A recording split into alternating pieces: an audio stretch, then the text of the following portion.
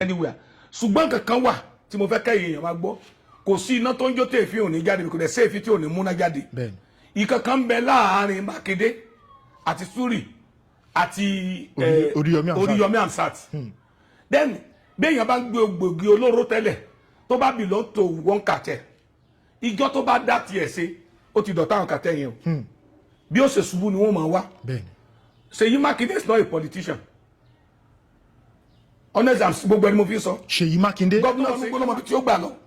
then lẹ́yìn ìyẹn ó tún kó tó gbà ó tún gbé press statement kan jáde pé òun declare fún presidency ní ìrọ̀lẹ́ èní ọjọ́ kejì wọ́n wá kidnap àwọn èèyàn ṣé kidnap and plan kidnapping for 2 days ni kò sí tí ó ṣẹlẹ̀ ní orílẹ̀-èdè Nàìjíríà yìí tí wọ́n ní fòṣèlú sí Seyi Makinde gbé àwọn ìgbésẹ̀ kan táwọn èèyàn fẹ́ mọ́ wà suspicious about him àwọn èèyàn believe pé ọwọ́ Seyi ò mọ́ ọkàn rẹ̀ ò mọ́ maybe because of his political win kini kan báyìí tó ń blow ẹ̀ bóyá òun gan ò get ara ẹ̀ mọ́ because there are some things you do táyé àròrò kúrò sí ẹ. ẹ̀yin èèyàn wọ́n ní Seyi Makinde kì í ṣòṣèlú o pé kì í ṣe olóṣèlú o wọ́n ní nǹkan àṣírí náà dẹ̀ ti wà láàrin Seyi Makinde àti Oriyomi Hamzat tí wọ́n fẹ́ jẹ́ kó jẹyọ síta ẹ wo gbogbo ẹ̀ pátá lè máa gbọ́ nínú fídíò yìí ẹ jọ̀ọ́ bá mi like bá mi share fídíò yìí. tí Sunday Igboho sọ̀rọ̀ lọ́jọ́ yẹn ni Seyi Makinde gbé ló náà sọ̀rọ̀ jáde tó ní gbogbo àwọn local vigilante àwọn tí kì í ṣe ìjọ tí wọ́n dá lọ sínú igbó fúnra wọn pé kí àwọn yẹn pé kí wọ́n work according to directive látọ̀dọ̀ ìjọba pé nǹkan má dá nǹkan ṣe fúnra wọn ẹ gbọ́dọ̀ statement yẹn ẹni tó fi lé àtọ̀ náà sílẹ̀ Sunday Igboho ní òun fi more than 1 million naira ra epo lójoojúmọ́ ìnọ́dá fún gbogbo mọ́tò tí wọ́n fi ń àtọ̀kárà tó fi fún gbogbo bẹ̀yẹn now instead kò commend wọn pé thank God for good news tá a gbọ́ látọ̀dọ̀ àwọn yìí ó ní pé ẹ̀yin private security ẹ̀yin tó ẹ pẹ́ ilẹ̀ ránra yín lọ ẹ rìn pẹ̀lú àṣẹ ìjọba ni ẹ má ṣe bó ṣe wù yín nínú igbó ṣé wọ́n máa control ẹni tó wọnú agéjù ni ṣé bí staff wọn kò ní equipment ó lọ́ọ̀ṣì ní equipment ó wá sọ pé òun sọ direct the public fún gbogbo àgbáyé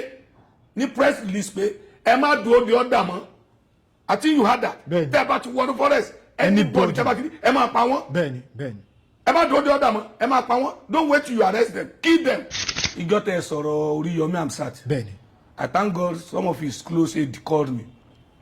they agree with me on some parts and wọ́n dẹ̀ sọ pé irú táwọn náà ń bá a sọ tẹ́lẹ̀ nìyẹn nígbà mo sọ̀rọ̀ gbogbo pé sọ̀rọ̀ jùngbà yẹn mo dúpẹ́ pàwọn náà dúró pé bí mo ṣe sọ yẹn òun náà take correction to it sẹ́rí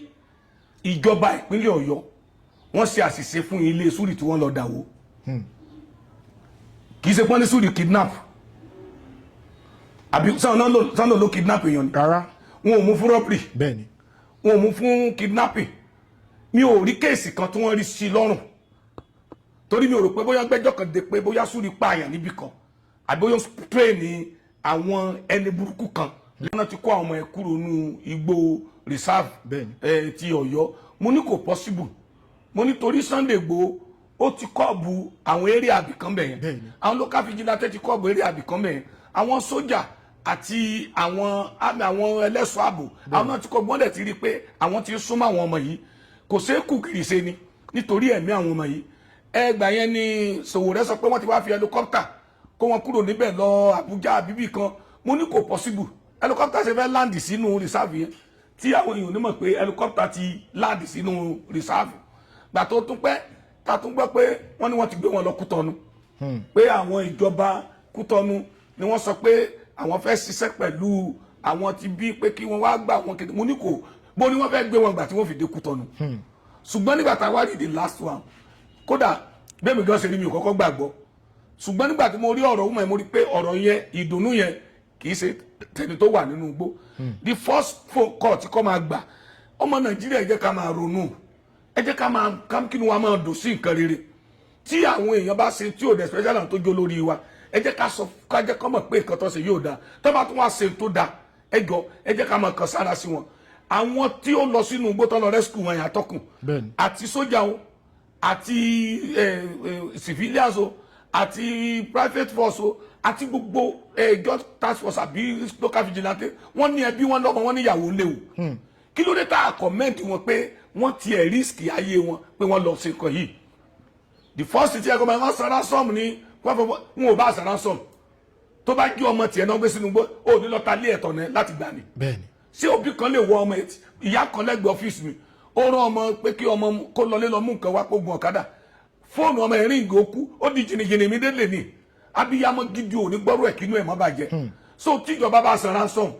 good for them asátìrá àwọn ọmọ yẹn gbà bẹ́ẹ̀ pẹ̀lú taari a rí pé kì í ṣe iṣu ransom nítorí pé nínú fọ́nrán tó gbé jáde tá a dẹ̀ rí wọ́n pa nínú àwọn bandit wọn níbi 9 wọ́n dẹ̀ kó 8 láàyè tá a dẹ̀ rí tí wọ́n sọ fídíò wọn ò lè san ransom fún wọn kí wọ́n arrest wọn kí wọ́n pa wọn then sẹ́rí gbogbo àwọn tó nípa nínú kinní yẹn pátápátá ó yẹ kí gbogbo wa ká máa ṣàdúrà fún ká dẹ̀ máa dúpẹ́ Sunday Igboho wọnú igbó ó ń sọ fídíò yẹn bí wọ́n ṣe súnmọ́ àwọn bandit yìí kódà ibi tí wọ́n ti kan màálù wọn tí wọ́n ti rí petrol tí wọ́n ti rí traces màálù ọ̀sán àlegun ọ̀kadà màálù ò lè lo petrol bẹ́ẹ̀ bí wọ́n ṣe súnmọ́ wọn ni wọ́n mọ̀ pé wọ́n ti súnmọ́ àwọn yìí bẹ́ẹ̀ dẹ̀ ni àwọn ẹ̀ṣọ́ aláàbò yẹn náà ni wọ́n ṣe tiwọn it was a joint effort but nǹkan kan tó ń dùn mí lọ́rọ̀ àwa Yorùbá ni pé every good things tí ìjọba bá ti ṣe because of that personal hatred tá a ní fún wọn ààyè sí nǹkan mìíràn ẹ jẹ́ ká tiẹ̀ kọ́gbọ́n ká máa appreciate pé àwọn yìí ṣe nǹkan kan tó dáa tí èèyàn bá fún ẹ ní 10 naira lónìí tó bá ń dúpẹ́ lọ́wọ́ ẹ inú rẹ̀ á máa dùn láti máa ṣe sí bẹ́ẹ̀ kéèyàn fún ẹ ní 1000 kó ní ṣé 1000 ni wọ́n fi ń jẹun ni mo ní ọ̀rẹ́ kan ó lóun fẹ́ ra data mo send 2000 kó fi ra data ó ní ṣé data 2000 lèmi ń rà ni mo ló ní 500 lèmi máa rà ó ní 500 ní 1000 lèmi ń rà bẹ̀tẹ̀ mi believe pé kì í ṣe data nìkan ló fẹ́ rà bẹ́ẹ̀ kì í send 2000 sí ẹ ó dá tí ò bá tẹ lọ́rùn send owó mi ṣé màá fẹ́ ní ẹ lówó lọ́jọ́ mi bẹ̀tẹ̀ tí mo send 1000 sí tó fi àdúrà tó fi tẹ̀lé tó fi ọpẹ́ tẹ̀lé tó pé gbogbo tí ó dùn mí nínú lò náà ṣe màmá wa mo máa rí 1000 2000 lójoojúmọ́ 15 kó má fẹ́ẹ̀lì tí ìjọba bá ṣe nǹkan ẹ̀yin tẹ́ ń wò wá ẹ̀yin tẹ́ ń gbọ́ wá ẹ tún educate àwọn tó kù pé kí wọ́n máa appreciate tí ìjọba ṣe mo máa ń dira fẹ́ẹ̀tì ńgbà mi tí kan bá ń lọ lẹ́ni yìí mo wo fọ́nrán kan lórí ayélujára tí ọmọ Ìgbò kan tó so gbogbo ọ̀nà tí ìjọba yìí ṣe ní east ó wá sọ fún àwọn ẹ̀ pé pẹ̀lú gbogbo tẹ́ni yìí ṣe yìí kódà kó tiẹ̀ ṣe tó ẹ̀yẹ ká sì dúpẹ́ rere kan tó ṣe náà so the rescue is joint effort ọlọ́pàá ò claim pé àwọn nìkan ni sójú ò claim pé àwọn nìkan ni and when the government and what do you call it commissioner of police àti AIG gan tó dúpẹ́ lọ́dọ̀ àwọn yẹn ó ní pẹ̀lú ìrànlọ́wọ́ àwọn local vigilante àti ìfọwọ́sowọ́pọ̀ àwọn èèyàn tó pọ̀ òun ló fi ṣeé ṣe adúpẹ́ pé wọ́n dé láyọ̀ àtàlẹ́. In everything Nigeria they must politicize it kò sí tí ó ṣẹlẹ̀ ní orílẹ̀-èdè Nàìjíríà yìí tí wọ́n ò ní fòṣèlú sí Seyi Makinde gbé àwọn ìgbésẹ̀ kan táwọn èèyàn fi fẹ́ mọ́ wà suspicious about him àwọn èèyàn believe pé ọwọ́ Seyi ò mọ́ ọkàn rẹ̀ ò mọ́ maybe because of his political win kìíní kan báyìí tó ń blow ẹ̀ bóyá òun gan ò get ara ẹ̀ mọ́ because there are some things you do táyé àròrò kúrò sí ẹ nígbà tí Sunday Igboho gbé fọ́nrán jáde pé àwọn ti close mọ́ àwọn ọmọ yẹn àwọn dẹ̀ ti rí i pé àwọn ti fẹ́ débi tí wọ́n wà pé lágbára Ọlọ́run àwọn ò ní pẹ́ kó àwọn ọmọ ẹ̀ jáde mo rò pọ́sẹ̀ tó kọjá nìyẹn bẹ́ẹ̀ni tẹ́ bá wo fọ́nrán yẹn ọjọ́ tí Sunday Igboho sọ̀rọ̀ ọjọ́ yẹn ni Seyi Makinde gbé lò náà sọ̀rọ̀ jáde tó ní gbogbo àwọn local vigilante àwọn tí kì í ṣe ìjọ tí wọ́n dá lọ sínú igbó fúnra wọn pé kí àwọn yẹn pé kí wọ́n work according to directive látọ̀dọ̀ ìjọba pé nǹkan má dá nǹkan ṣe fúnra wọn ẹgbọ́rú statement yẹn ẹni tó fi lé àtọ̀ náà sílẹ̀ Sunday Igboho ní òun fi more than 1 million naira ra epo lójoojúmọ́ ìnọ́dá fún gbogbo mọ́tò tí wọ́n fi ń àtọ̀kádà tó fi fún gbogbo bẹ̀yẹn now instead kò commend wọn pé thank God for good news tá a gbọ́ látọ̀dọ̀ àwọn yìí ó ní pé ẹ̀yin private security tó ẹ̀pẹ́ ilẹ̀ ránra yín lọ ẹ rìn pẹ̀lú àṣẹ ìjọba ni ẹ má ṣe bó ṣe wù yín nínú igbó ṣé wọ́n máa control ẹni tó wọnú agéjù ni ṣebí ẹni tó wọnú igbó lọ́mọ bí tí ó gbà lọ then lẹ́yìn ìyẹn ó tún kó tó gbà ó tún gbé press statement kan jáde pé òun declare fún presidency ní ìrọ̀lẹ́ èní ọjọ́ kejì wọ́n wá kidnap àwọn èèyàn ṣé kidnap and plan kidnapping for 2 days ni before these people are they so mean they were so professional and they have a lot of network tí wọ́n ṣe ní Ọ̀yọ́ yẹn ó lè má jẹ́ oṣù kòsù méjì náà ti ń plan ẹ̀ ó lè má jẹ́ oṣù mẹ́ta náà ti ń plan ẹ̀ you can't plan kidnapping today and carry it out tomorrow so kí ni ó declare for presidency kí ló ní í ṣe pẹ̀lú kó kidnap ọmọ and it's just a matter of 6 hours so gbogbo ọ̀rọ̀ tó ń jáde látọ̀dọ̀ Seyi Makinde àti àwọn ìgbésẹ̀ tó ń gbé làwọn fi believe pé kò wà committed to the rescue but you know ààrẹ òun ni commander in chief if you want to command all these people to come ìjọ tí wọ́n jẹ́ ọmọ ẹgbẹ́ I repeat it ọjọ́ kejì ni IG débẹ̀ náà ní IG dé Ògbómọ̀ṣọ́ ló dé fẹ́ ní èèyàn ẹ sọ fọ́nrán kan tí local government chairman oríire yẹn àbí ìyàwó ẹ̀ tẹ̀tìrì tó fi sí àwọn family àwọn yẹn ẹ bá mi gbé fọ́nrán kan jáde tí statement kan jáde látọ̀dọ̀ chairman oríire local government àwọn ẹbí tí àwọn yẹn fi lẹ̀ at everything kí ni effort oríire local government yàtọ̀ fún jọ́tí Seyi Makinde lọ́bẹ̀ press release wo ni Seyi Makinde àbí press kìíní ẹ̀ tó gbé jáde lórí abducted children yìí ìjọ tí Seyi Makinde bá máa sọ̀rọ̀ is either there is a success story from the bush and we want to counter bí ìgbà pé Sunday Igboho fẹ́ gba ògo tòun every one of them was focused on Igboho achievement and Igboho is not doing it for money ta ló ń fún lówó èló ni wọ́n ti fún even they give him money he deserve it because he made an effort àwọn other side náà tó ń pariwo ó suit screen ó ṣe kíní kan ṣé script tó suit báyìí ṣe àrí ìtumọ̀ script tó suit ni but the only advice I give to government àwọn ọmọ yẹn ti kúrò nínú igbó àwọn nìkan ni nǹkan tá à ń bẹ̀rù nínú igbó kí nǹkan bá ṣẹlẹ̀ sí yesterday I am not saying the soldiers and the army they should not withdraw but it's too early mi ò expect kí wọn lọ bá yín lọ lánàá yẹn bí wọ́n ṣe wá gbòòrò yẹn bóyá èmi nígbàgbọ́ pé àwọn set tó rescue wọn yẹn wọ́n ní kàn lọ sinmi ni bóyá láti deceive àwọn bandit yẹn pé káwọn náà lè wà confuse pé wọ́n ti lọ àti you are getting what I'm saying atọ́kùn mo advice ìjọba mo advice ọba gbogbo ọba aláyé tó wà ní ilẹ̀ Yorùbá in general mo advice àwọn private security yẹn mo dúpẹ́ lọ́wọ́ olóyè Sunday Igboho mo kan sára sí sàdákàtà fún ẹ kó ìsinlẹ̀ ẹ̀kọ́ olóyè Sunday Igboho wá gbéra dì kí gbogbo local vigilante bẹ́ẹ̀ kí wọ́n wá gbéra dì kí wọ́n gbára dì gidi ìsinlẹ̀ ẹ̀kí sójà army air force kí wọ́n gbára dì kí àwọn tó wà ní ìpínlẹ̀ Ọ̀yọ́ kí wọ́n wọ̀ láti Ọ̀yọ́ side àwọn tó wà ní Ọ̀ṣun kí wọ́n wọgbó ẹ̀ láti Ọ̀ṣun àwọn tó wà ní Kwara kí wọ́n wọ̀ láti Kwara àwọn tí wọ́n wà ní kí lórúkọ ẹ̀ Èkìtì kí wọ́n wọ̀ láti Èkìtì this reserve ó cover almost all the states ni according to the people wọ́n ló dé ní Niger state wọ́n ló cover part of Kaduna go let everybody enter from their own state kí wọ́n kó àwọn bandits sáárín anybody tẹ́ bá ti rí nínú aginjù ẹ ti mọ̀ pé kì í ṣe èèyàn rí wọ́n ní jakumọ̀ ní kì í bá wọn rìn di ọ̀sán ẹni abíire kì í rírù tí ọlọ́pàá bá ń pàrẹ́dì lóru torí èèyàn ní 12-1 ṣé ẹni rẹ́rìn 12-1 ni tí bá jẹ́ àwọn tá à ń ṣiṣẹ́ ìròyìn abẹ́ tó bá ṣiṣẹ́ nepa bí essential workers adẹ̀ni àdìkà láti prove rẹ̀ tẹ́ bá rẹ̀ èèyàn ní forest kò sí tó fẹ́ sí mbẹ̀ àwọn tó ń dáko ń dé no thick forest táwọn yẹn wà so this time around kò sọ́mọ tá à ń bẹ̀rù mọ́nú gbó mo bẹ̀yìn ẹ̀yìn aláṣẹ our president the commander in chief of army staff this time ẹ̀ kàn bàbá di inú gbó yẹn the news I heard yesterday make me happy from I think from Borno state our gallant soldier kill about 120 bandits yesterday that mean pé new equipment tí chief of army staff tó kó fún wọn yẹn ó ti nífẹ̀ẹ́ and now look at Nigeria for you tí mo sọ pé gbogbo wa tá à ń gbọ́ wúra wa báyìí ẹ jẹ́ ká fi settlement èdè sílẹ̀ let us face the reality now wọ́n fún chief of army staff wọ́n kó new equipment ó launch new equipment ó wá sọ pé òun sọ direct republic fún gbogbo àgbáyé ní press release pé ẹ má dúró de ọ̀dà mọ́ àti you had that tẹ́ bá ti wọnú forest anybody tẹ́ bá ti rí ẹ máa pa wọ́n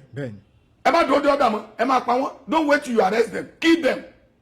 it was that time lólórí burúkú kan tó nípò tí ayé ń pọ́nlé lókè ọ̀yà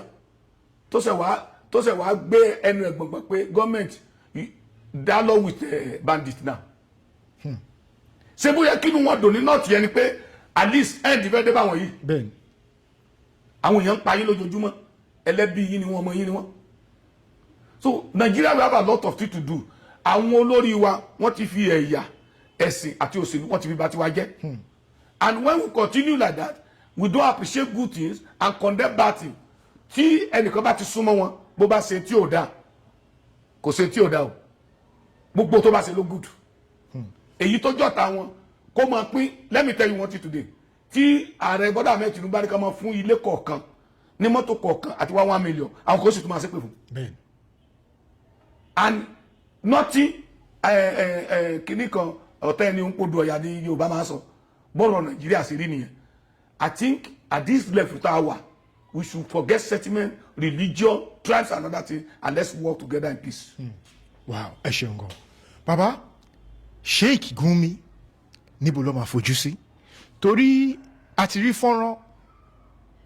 oríṣiríṣi tí Sheikh Gumi tó jẹ́ pé òun ló ń wọnú igbó tó lọ ń bá àwọn bandits tó lọ ń bá wọn sọ̀rọ̀ bàbá ṣé ẹ rí pé Sheikh Gumi gangan ó pẹ̀lú àwọn èèyàn tó ń gbàbọ̀dè fún wa nílùú yìí àbí báwo lẹ ṣe rí sísà. This is what I said tí mo sẹ ló sì tẹ padà sí yìí tí mo sọ lẹ́sìn padà sí sí even the government know that Sheikh Gumi is a problem to them but that problem of religion ethnicity politics and that is olomba ti wá jẹ́. Let me give you an example. Let's put Gumi in a side. Nígbà tí America release sponsor of bandit Sebirabi Kakaso wà nínú orúkọ tí wọ́n release. Bẹ́ẹ̀ni. Sebirabi Kakaso tó fẹ́ jẹ vice president Nigeria sí. Bẹ́ẹ̀ni.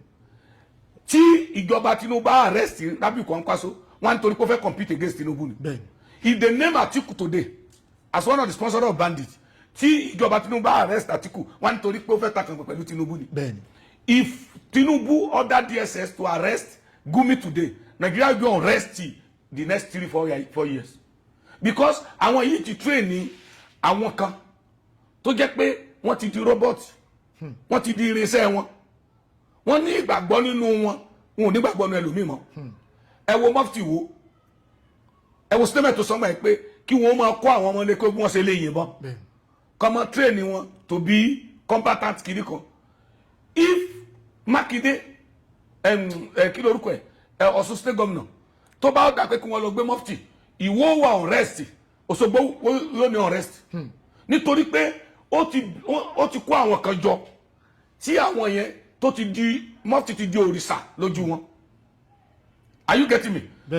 Gumi ní àwọn supporters àwọn tó train Islamic fanatics tí wọ́n ju millions lọ tó jẹ́ pé wọ́n believe nínú Gumi. But this is public something kì í ṣe ta gbọ́dọ̀ sọ síta èmi ní ìgbàgbọ́ nínú ààrẹ Bọ́lá Ahmed Tinubu pé ó mọ tó lè ṣe fúru Gumi bẹ̀ tó ń dúró dàsìkò kan ni. Bàbá ẹ jẹ́ kí n béèrè yìí lọ́wọ́ yín tó bá yẹ pé ẹ̀yin gangan ni ààrẹ Bọ́lá Ahmed Tinubu lọ́wọ́lọ́wọ́ kí lẹ̀yin rò pé ẹ lè fi kọ́ ìyẹ́ Sheikh Gumi kí lẹ rò pé ẹ lè ṣe gangan. ó tí mo lè fi kán ìyẹn rẹ̀ náà ni tí ààrẹ ṣe lọ́wọ́ sí ó ṣe ní ọmọ náà náà sí náà ni ṣé bí òun kọ́ ló sọ pé kọ́ máa lọ mọ́gbà ọ́dà mọ́. Bẹ́ẹ̀ni. Ìkan ara kan tó ń finish àwọn Gumi àtàwọn sponsor yẹn nìyẹn ẹ wo wọ́n ti tó fún wa ní wàhálà this platinum àbíkínà porúkọ lithium àbíkínà porúkọ kíní yẹn tí wọ́n discover ní ibẹ̀ yẹn àwọn kíkọ́ people kan ni wọ́n ń wa kíní tí wọ́n sponsor bandit now àti ní company factory méjì ṣe tí federal government ti ṣe tó jẹ́ pé wọ́n produce kíní yìí now understand it's that government that is mining it it's government that is processing it they are not sending it abroad so àwọn tó rí kíní yìí wà tẹ́lẹ̀ so ọmọ bóyá Gumi wà nù wọn gbogbo àwọn mọ́làtàn lówó èyí bólórò kan ti lówó ìfúgàn láwọn Yorùbá láwọn Ìgbò ara wa ṣe bí forest wa ní Ogun State ni wọ́n ti mú foreigners Ìgbò Yorùbá tó ti mú wọn nínú igbó tẹ́ pé ohun tí wọ́n produce ń bẹ̀ ohun tó bá yé àwọn ọmọ jẹ ni are you getting me? Àwọn kan wà tí wọ́n ń jẹ nínú ìbàjẹ́ yìí if I had to be in the position as at now tí president ń rò lọ́kàn rẹ̀ pé I want to go for second time kò lè sẹ́nitì fún Gumi because the opposition was looking for anything tí keg of gunpowder tí ààrẹ jókòó lé lórí yẹn tí wọ́n fi sáná sí and any little mistake tó bá ṣe é sí wọ́n sáná bọ̀ immediately tó bá ti gbé Gumi wọ́n ló gbé religion kìíní àwọn mo ti gbàgbé orúkọ máa kàn ní Kaduna Zaria side lọ́dún yẹn láyé ó ti pẹ́ ó dàbí pé láyé Abdulsalam Abubakar gan ni wàhálà yẹn ti bẹ̀rẹ̀ tí wọ́n gbóhùn àtìyàwó ẹ̀ ń gbà yẹn ẹ wo arrest tó ṣẹlẹ̀ ní Kaduna gbà yẹn kó tó di pé wọ́n wá gbogbo kìíní yẹn dáadáa máa yẹn fanatic kan ni and all these people tẹ́ rí yìí all these Muslim clergies they always impart many things on their followers tó pé bí Ọlọ́run ni wọ́n jẹ́ ohun tí wọ́n bá ti sọ ni. I went to coordinate an affair a program lọ́jọ́ fún àwọn Al-Usman Islamic Society ní Èkó bíbá yìí. Wọ́n pe gbajúgbajà oníwàásí àgbáyé kan tó lórúkọ nílẹ̀ Yorùbá yìí, mi ò ní dárúkọ wọn tó ní bá ti dárúkọ àwọn èèyàn àtàkì ni. Ìjọ tí mo sọ ti Wàsíù oríṣiríṣi ni wọ́n sọ fún mi left and right mi ò fẹ́ wàhálà látọ̀dọ̀ anybody. Ìyẹn wá ọdún yẹn ọ̀sẹ̀ yẹn òní Adéwálé Àyùbá sọ pé òun ò ṣe Muslim mọ́ kó di Christian, and this thing just came out on news and other thing. Bàbá yẹn gba microphone, bàbá oníwàásí gba microphone lókè. If I am not the MC that day bóyá tá a sọ kọ́ làbá máa sọ. Ẹ mọ̀ pé personality yẹn náà ó máa ń control many things. Bàbá yẹn wá gba máa ìgbà tó ń ṣe wá sí lọ ní gbogbo ẹni tẹ́ ń gbọ́ mi lé. Mo mọ̀ ríròyìn kan lónìí, mo Adéwálé Àyùbá wọn ló ń di kiri yó ọmọ àlè ọmọ amọ̀rú òkè tá a lọ amọ̀rú wọn tó tá a ṣe fún amọ̀rú kiri kàdúrà tàgbà kó tó lè débi ó dé òwò àgòkè tán olóòfẹsì Islam ńlẹ̀ ẹ̀yin ọ̀yàn mi ò wọ́n ní kiri ó ní gbogbo ọbẹ̀ bá ti Adéwálé Àyùbá ẹ lẹ́nìgbò ẹ lẹ́nìkùtà ẹ sápa ẹ mọ ìgò rere ṣe ẹ dàgbò rẹ̀ rú sọ̀npọ̀ ó ti incite wọn. nǹkan tá a fa ìsọ nìyẹn. Yes, and these people their mentality is one way. So bó ti sọ yẹn ẹni bàbá ti Adéwálé Àyùbá ó ti wọ́n ṣe yẹn lóòótọ́. Immediately tí bàbá yẹn kọ́ọ̀tì wá sí tí mo fẹ́ mọ̀ pàwé sórí àti mo sọ agbẹ́mọ̀ pé bàbá fi ọ̀rọ̀ wọn ṣe àwàdà ní o ẹ má attack Adéwálé Àyùbá. Everybody ló ní choice fún religion kìíní ẹ̀ èmi tí mo ń bá yín tọ́kùn ètò Christian ni mí ẹni tí missionary Usman ẹ̀gbọ́n mi ni àbúrò bàbá àtẹ̀mí ni so nílùú tí wọ́n ti bí èmi especially nílẹ̀ Yorùbá yìí àwọn òkíà nínú ilé kan Christian àwa ń bẹ abọ̀rìṣà àwa ń bẹ Muslim àwa ń bẹ àjọ máa jẹ àjọ máa jọ máa sọdún ni don't turn us to another fanatic like those people tí wọn ò ní rest lọ́dọ̀ wọn. Ariwo sọ níta bàbá tó ní Al-Usman gangan ó wá dìde ó wá gba máìkì lọ́wọ́ mi pé àfa àfiṣeré ẹ mọ́lẹ̀ Àyùbá ló kúta o ẹ mọ́lẹ̀ ń go. If I didn't use the courage to talk that day I am telling you àwọn ìyẹn ti wà nínú àwọn tó tún wọn train àwọn ẹlòmígbé bẹ́ẹ̀ fi dídí Àyùbá àfàwà ní pé ká máa lẹ̀ lóko. tó dẹ̀ máa wà títí láì. yóò dẹ̀ máa lọ ni. So they impart most of the problem we have in Nigeria today is from the religious leaders. Pastor mi á ṣe wàásù mi àwọn pastor kan wọ́n ti gbé kinní kan sínú àwọn tó ń sìn lọ́dọ̀ wọn débi pé tán bá rí èèyàn tó wọ aṣọ funfun èṣù ni. bẹ́ẹ̀ni. Pastor wọn dẹ̀ ń wọ aṣọ funfun tó fi ń gbàdúrà fún wọn. Because àwọn pastor yẹn nínú most of the Pentecostal kinní kan yẹn náà àwọn náà ni tí wọ́n fi pamọ́ tẹ́ pé ọ̀dọ̀ aláṣọ fún ni wọ́n ti lọ ń gbà lóru. bẹ́ẹ̀ni. Ó ní ẹgbẹ́ tí wọ́n jọ wà. bẹ́ẹ̀ni. Wọ́n believe pé tí ọmọ ìjọ àwọn many of them tọmọ ìjọ bá lọ bẹ̀ táwọn ẹ̀ bá rí vision tó ráwọn òkè rí vision àṣírí á tú. The same thing ni some Muslim cleric gbé sínú àwọn tó wà lọ́dọ̀ wọn. So a ti fi ẹ̀sìn àti bíbá many things jẹ́. The president will be cautious because òun náà fẹ́ kí ìlú ó dàrú mọ́ lójú. Kò sí bàbá kan tó fẹ́ kọ́ ọmọ òun kú o. bẹ́ẹ̀ni. Kò sí bí ọmọ ẹ ṣe wicked tó kò sí bí ọmọ ẹ ṣe bad tó ó fẹ́ kí nǹkan ṣe o. bẹ́ẹ̀ni. Ọmọ tó ṣe jágbàjàgbà káàkiri ìgboro tó bá gbọ́ kankan fẹ́ ṣe wà fara ya ni o. So níbẹ̀ yẹn there is nothing the president can do much. ẹ ṣeun gan-an bàbá nígbà tí wọ́n ti wá kó àwọn ọmọ ẹ̀ jáde bàbá kí lẹ lérò pé kí ni ohun tí ìjọba kí ló yẹ kí wọ́n ṣe fún àwọn ọmọ ẹ̀ torí àtúntún rí àwọn fọ́nrán kọ̀ọ̀kan nísìn tí wọ́n sọ pé for now gbogbo nǹkan tó bá jọmọ́ bí ìwé títí àwọn ọmọ kéékèèké yẹn tó máa fi pé bí ọmọ ọdún 10 tó máa fi pé ọmọ ọdún 11 above 15 years òun ni kí wọ́n ṣẹ̀bẹ̀rẹ̀ sí ń lọ léèwé àtúntún rí àwọn fọ́nrán bẹ́ẹ̀ kí lẹ lérò pé àwọn ọmọ ìgangan kí lẹ fi pé kí ni kí ìjọba ṣe fún wọn àti principal màmá ẹ torí gbogbo fídíò tarí aṣọ kan tó wà lọ́rùn màmá ẹ látìgbà tí wọ́n ti kidnap wọn títí tí wọ́n fi wọ́n lẹ̀ aṣọ kan yẹn náà ló wà lọ́rùn wọn wọ́n dẹ̀ lò 56 days nínú igbó kí lẹ lérò pé kí ni kí ìjọba kí wọ́n ṣe fún àwọn ọmọ ẹ àti ìyá yìí. ṣé ajínigbé máa ń sọ fún yàn pé mo fẹ́ wá jẹ ẹgbẹ́ ni tí wàá fi páàkì aṣọ ẹ̀ àbẹ̀tẹ̀ ọlọ́pàá fẹ́ mú nlé ṣé yóò kẹsìrà cloth lọ sẹ́ẹ̀lì ni ajá tó rọ lé ẹkùn tó bọ̀ lọ́rọ̀ wọn. I knew we have some responsible human being in government. Gbogbo wọn náà kọ́ ló bad ló stupid. bẹ́ẹ̀ni. As at now wọn ò lè sí nílé wọn. bẹ́ẹ̀ni. wọ́n á gbé wọn lọ sí teaching hospitals ni tí wọ́n á fún treatment tí wọ́n fi wọ́n síbi kan tí wọ́n máa jẹun tó dáa tí wọ́n á fi recover then their education should be taken care of by the Ọ̀yọ́ state government. Ọ̀yọ́ state government gbọ́dọ̀ make sure pé at least ìyà tí wọ́n jẹ yẹn wọ́n jẹ ìyà fún orílẹ̀-èdè wọ́n jẹ ìyà fún stan jìyà fún gbogbo wa ni. Wọ́n ti open eye wa lórí nǹkankan because bí ìgbà pé èèyàn lọ tó fẹ̀mí ara ẹ̀ sílẹ̀ fún kankan ni ẹni tó lọ rú ẹ̀ tó padà ẹnìkan sọ lọ́yọ̀ kan ogun la fi parí ẹ̀ mọ́ ní tó bá rí riot ní wàá mọ̀ pé ogun ó ṣe kékeré àwa ta gbélé Haúsá ta witness àwọn riot lẹ́mọ̀ pé ìlú lè èmi ò mọ̀ pé ọ̀gẹ̀dẹ̀ dúdú ṣe é jẹ láìsè mi ò mọ̀ pé ẹ̀ máa ń jẹ iṣu láì jẹ́ kó ṣe é tó dẹ̀ ń dùn lẹ́nu wa táwọn mú mi sí. You see there are a lot of things tó pé tí èèyàn bá rí wàhálà tán á mọ̀ pé wàhálà le so èmi ò advice ìjọba wọn ò lè da àwọn ọmọ yẹn lẹ̀bẹ̀ yẹn because even the family wọn ti wà devastated tẹ́lẹ̀ so the only thing kódà I will advise them all of the family must be empowered kí wọ́n empower àwọn káwọn náà lè dúró fúnra ara wọn then àwọn ọmọ yìí kan di ọmọ ìjọba àti school at everything kíjọba ó take care kìíní yẹn to certain level torí ta bá ní pé to university level bíjọba mi débẹ̀ ṣe pé Ṣèyí Mákindé ò ní pẹ́ kúrò bíjọba mi bá débẹ̀ wọ́n á sọ pé Ṣèyí ló sọ yẹn then you can't tell Tinubu to do it torí wọ́n ti ń gbé èèyàn ní ilẹ̀ Haúsá kì í ṣe ní north center north kìíní kan north west ó ti ń gbé èèyàn bẹ́ẹ̀ sí it's more than 20-15 years kò sí nǹkan tó ṣe fáwọn ọmọ tó jí gbé àwọn ọmọ tó fi sílẹ̀ if you do anything special for these people yóò di political wàhálà wọ́n ní torí pé ó jẹ́ ìlú ẹni even the concentration tó gbé lórí àwọn èèyàn kan ti sọ̀rọ̀ pé torí pé ó jẹ́ ilẹ̀ Yorùbá ni pé àwọn wo ni wọ́n rí gbà padà ìsílẹ̀ bẹ́ẹ̀ yẹn rí but they spend days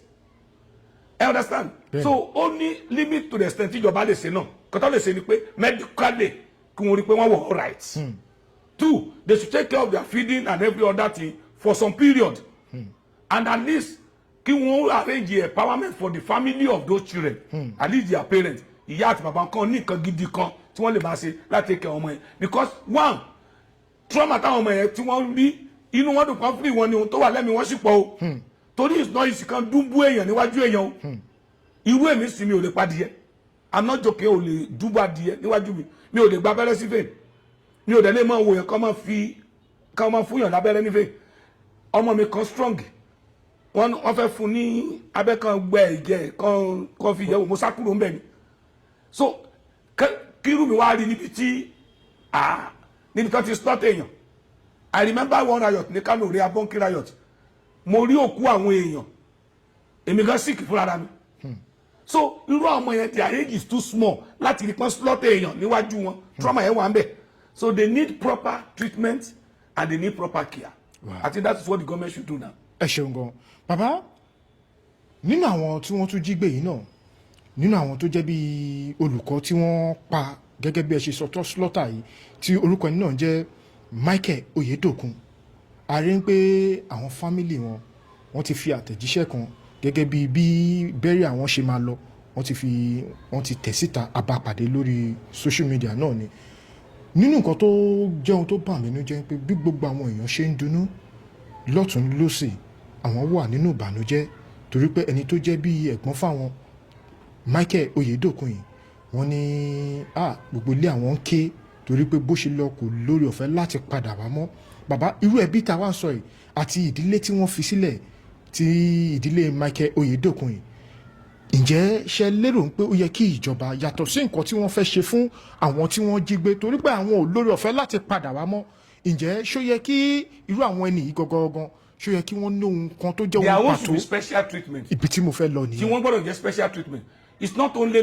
kí lorúkọ ẹ̀ Ọ̀yọ́ state government nìkan kọ́ ni tiẹ̀ that local government gbọ́dọ̀ ní nǹkan kan ní pàtó tó máa ṣe fún family yẹn and if possible it's not even possible the wife that is the deceased wife and the family must be placed on certain salary for life then the burial supposed to be state burial máa yẹn state ló yẹ kó ṣe ìjọba ló máa ṣe burial fún then àwọn kankan wà kì í ṣe pé bóyá à ń fún ní 10 naira 20 naira owó tó owó lè kàn gbé fún ìdílé ẹ̀ pé ìyá gbà so that àwọn ọmọ tó fi sílẹ̀ and those children supposed to be placed on scholarship for life ọmọ tó bá fi sílẹ̀ was supposed to be on scholarship for life he is supposed to be in the Ọ̀yọ́ state white paper and the local government chairman must be called to order pé responsibility ẹ làwọn family yìí látòní lọ. There are some things tí local government gbọ́dọ̀ máa ṣe. There are some things tó yẹ pé council àdúgbò gbọ́dọ̀ máa ṣe. There are some things tó yẹ pé house of rep member state house of rep member yẹ kó máa ṣe. There are some things tí senator gbọ́dọ̀ máa ṣe tó jẹ́ pé kíní ìwọ̀n kì í ṣe àdé neglect yẹn. Tí èèyàn bá bí ìbẹ̀ta ní local government iṣẹ́ local government chairman ni láti lọ hospital láti clear bill yẹn àti take ọmọ yẹn to certain level. But they won't do it. And the populace, the people don't know that it is their responsibility. Ǹjẹ́ o mọ̀ pé aráàlú mi ò tiẹ̀ mọ̀ pé ó ní nǹkan tó yẹ kí kánsẹ́lọ̀ àdúgbò máa ṣe fún un. Wọn ò mọ̀ pé tọkàn wà tíjọba fún kánsẹ́lọ̀ pé kó ṣe fún wọn. Wọn ò mọ̀ pé tọkàn wà tó yẹ kí local government chairman ṣe fún wọn. So tí Oyedokun yìí is now a state wahala because kò sí tí bí ẹni tí tó kú naturally gan láì jẹ́ pé irú kú yìí it's not very easy fún ìyàwó àtọkọ láti bọ́ ọmọ àti ilé tọ́pẹ́ pé wá kó ẹnìkan. So ìyàwó ẹ̀ ó ti di property ìjọba òkú yẹn Ọ̀yọ́ state ló yẹ kó ṣe. And it's not pé mo kàn rán èèyàn lọ kì í sọ̀rọ̀ ẹnu lásán. The day the governor want to go there on the burial even if he's sending a commissioner or anybody 1% owó yẹn tí gbogbo ayé á rí pé this is 50 million 100 million from Ọ̀yọ́ state government to help this family. Because Tọ́ba promise I will be paying you every month. Yóò máa lọ secretariat kò ní rówó gbà. Bọ́nà fi sí pé èrò kò ní rówó yẹn. Bàbá ní pé wọ́n fẹnu sọ Nàìjíríà dájú débi pé ẹni tó yẹ kó kó owó yẹn fún woman yẹn ó lè sọ di personal money tiẹ̀. Nàìjíríà ò kọ̀ kó fi tiẹ̀ ní kó fi gé èèyàn láyé kó fi gbé rẹ̀ sókè. So ó ti di àkànṣe iṣẹ́ fún ìjọba. Burial and everything supposed to be Ọ̀yọ́ state responsibility. Ẹ ṣeun gan-an bàbá lórí ọ̀rọ̀ Ọ̀yọ́ yìí náà la ṣe wà torí oríṣiríṣi ló ń ṣẹlẹ̀ nílùú Ọ̀yọ́ kọ́lọ́hún bá kó bá a dá sí ìlú Ọ̀yọ́ àti ìlú Nàìjíríà pátápátá. Bàbá lẹ́yìn ìgbà tí wọ́n fọ́ ilé Súrì àrí pé Súrì náà jáde wọ́n sọ oríṣiríṣi ọ̀rọ̀ ṣùgbọ́n nínú àwọn ọ̀rọ̀ tí Súrì sọ Súrì ní gbogbo nǹkan tó bá jẹ́ pé wọ́n sọ pé wọ́n bá nílé àwọn tó fi torí ẹ̀ tó fi fọ́ ilé yẹn bàbá kò sí nǹkan tó jọ bẹ́ẹ̀ kódà níbi tí wọ́n ti ń sọ̀rọ̀ yìí wọ́n ké torí ẹni tó bá wo fọ́nrán yẹn ọ̀pọ̀lọpọ̀ àwọn èèyàn sọ pé arákùnrin yìí pẹ̀lú kọ́mẹ̀ntì tí mo kà arákùnrin òun ṣò ní jàgídíjàgan èmi ò mọ Súrì rí mi bá wọn pàdé rí o kọ́mẹ̀ntì tí mo bá pàdé ló jẹ́ kí n máa sọ bẹ́ẹ̀ wọn bàbá lẹ́yìn ìgbà tí mo tún tẹ̀síwájú tí mo tún wú àwọn ọ̀pọ̀lọpọ̀ àwọn nǹkan tí ọ̀pọ̀lọpọ̀ àwọn èèyàn sọ wọ́n tún sọ pé ní pé gbogbo nǹkan tó ń ṣẹlẹ̀ nílùú Ọ̀yọ́ a sì ń dúró pé lórí pé political thing ni ní pé kò yẹ kí ìjọba ìlú Ọ̀yọ́ kò yẹ kó da ilé Súrì kò yẹ kó dáwó bàbá ṣé bọ́ ṣe dáwó yẹn ṣé ohun tó da ni àbí kẹ̀ nǹkan míì wà tí ẹ pé wọn tí ì bá gbogbo ayé sọ tó yẹ pé wọn kàn ṣe ń gbá géèmù fúnra wọn ká lò bẹ́ẹ̀. Ìjọ tẹ sọ̀rọ̀ Oriyomi Hamzat. Bẹ́ẹ̀ni. I thank God some of his close aide called me. They agree with me on some parts and wọ́n dẹ̀ sọ pé irú táwọn náà ń bá a sọ tẹ́lẹ̀ nìyẹn. Nígbà mo sọ̀rọ̀ gbogbo pé sọ̀rọ̀ jùngbà yẹn mo dúpẹ́ páwọn náà dúró pé bí mo ṣe sọ yẹn òun náà take correction to it. Sẹ́rí ìjọba ìpínlẹ̀ Ọ̀yọ́ wọ́n ṣe àṣìṣe fún ilé Súrì tí wọ́n lọ dàwó. Kì í ṣe pọ́n ní Súrì kidnap àbí sáwọn ló kidnap èèyàn ni. Rárá. Wọn ò mú fún robbery. Bẹ́ẹ̀ni. Wọn ò mú fún kidnapping. Mi ò rí kéèsì kan tí wọ́n rí sí lọ́rùn torí mi ò rò pé bóyá gbẹ́jọ́ kan dé pé bóyá Súrì pààyàn níbì kan àbí bóyá spray ní àwọn ẹni burúkú kan lẹ́niwẹ̀ẹ́ ṣùgbọ́n kankan wà tí mo fẹ́ kẹ́yìn èèyàn máa gbọ́ kò sí iná tó ń jó tèéfín ò ní jáde kò dẹ̀ séèfín tí ò ní múná jáde ìkankan ń bẹ láàárín Makinde àti Súrì àti Oriyomi Hamzat then bí èèyàn bá gbé gbòógì olóró tẹ́lẹ̀ tó bá belong to one cartel ìjọ tó bá dá tiẹ̀ ṣe ó ti dọ̀tá àwọn cartel yẹn o bí ó ṣe ṣubú ni wọ́n máa wá Seyi Makinde is not a politician honest gbogbo ẹni mo fi sọ Seyi Makinde Governor Seyi Makinde is not a politician a good politician will not do that I'm telling you honestly wọn kò lè Súrì padà fún ó lè má jẹ public lọ́dọ̀ ìdí wọn fi ṣe ni ẹ kàn rí pé ilé dìde padà ni wọn á kọ́ lé ẹ̀ fún because Súrì bá ní good backing tó ní good legal something á win ní Ọ̀yọ́ state government torí mi ò rí ìdí kan tí wọ́n fi lè wọlé ẹ̀ gbà tí wọ́n débẹ̀ wọn ò borí èèyàn bẹ̀ o àbí wọ́n dáwọn èèyàn tó kó pamọ́ sínú ilé tán ní ó kidnap síbẹ̀ àbí wọ́n kó páàtì èèyàn jáde Súrì fúnra rẹ̀ ó mọ̀ pé òun ti bá Makinde jò ń bá mu ó ti mọ̀ pé àwọn onímùlẹ̀ kan láàrin ara wọn Makinde àti Oriyomi pàdé ni wọ́n ní láti ilẹ̀ kan tó di pé ó di gómìnà láti bẹ̀rẹ̀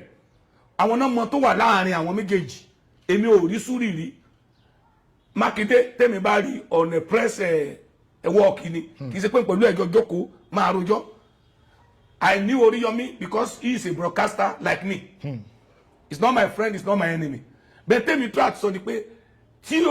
tí ò bá nídìí ẹsẹ̀ kì í dá dédé ẹsẹ̀ àṣírí kan bẹ láàrin àwọn mẹ́tẹ̀ẹ̀ta tí wọn ò tí ì sọ fáyé anybody tó bá jẹ ọmọ ọ̀tá tó jẹ́ irinṣẹ́ olóṣèlú àárín yóò ní dá lọ títí láì àárín yóò sì dàrú